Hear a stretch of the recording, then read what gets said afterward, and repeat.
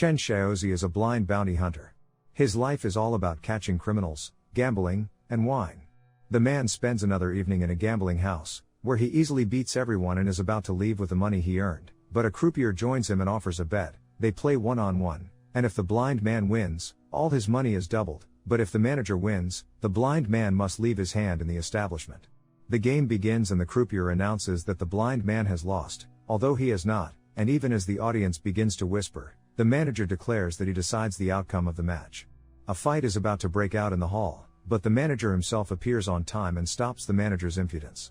The croupier quickly changes his mind and politely escorts the blind man, except that he cannot get far away. The croupier, together with the owner of the place who has been so polite recently, track the guy down and try to take his money.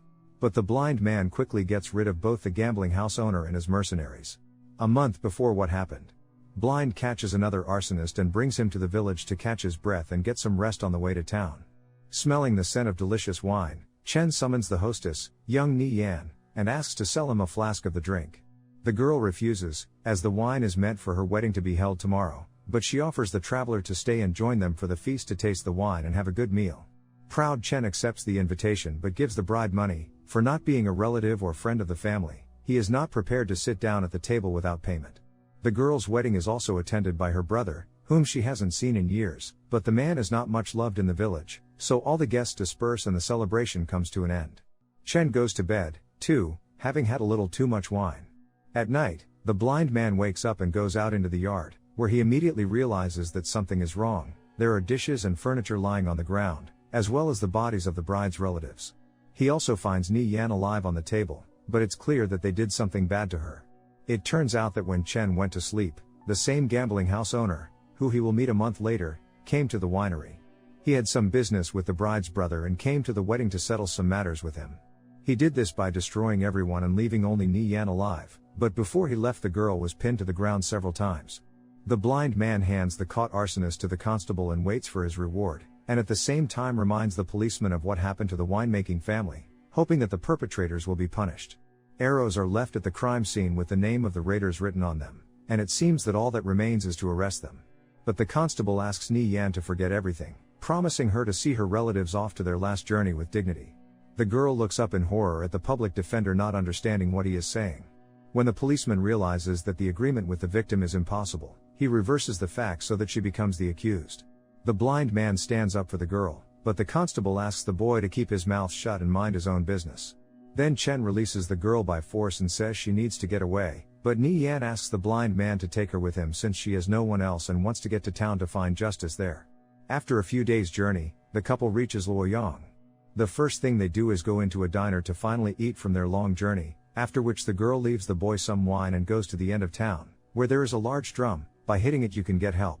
The blind man himself goes to Miss Qin, a local beauty who finds the hunter orders. The pair have known each other for a very long time and a friendly relationship has developed between them, so much so that the girl dreams of curing her buddy's eyes.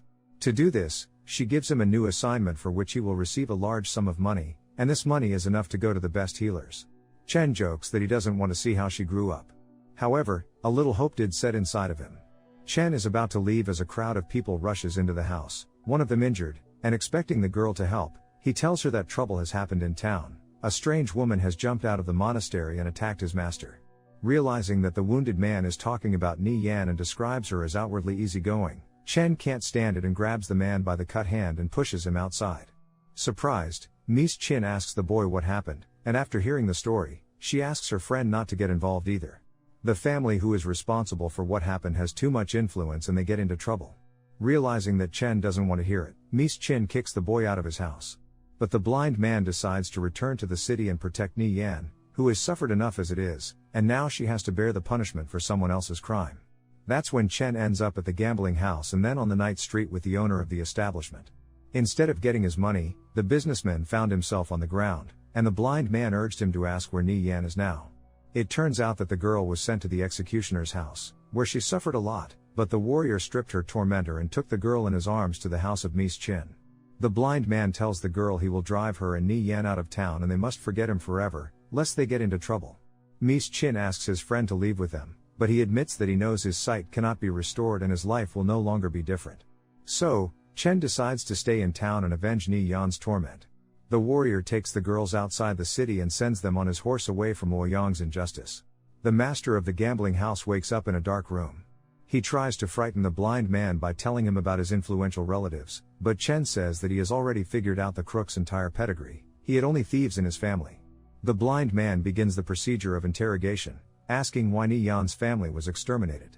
It turns out that on the orders of the influential old man, General Guo, a team of thieves stole a huge pearl from the bottom of the tomb, and in order not to be punished, the old man ordered to get rid of all those involved in the theft, including Ni Yan's brother.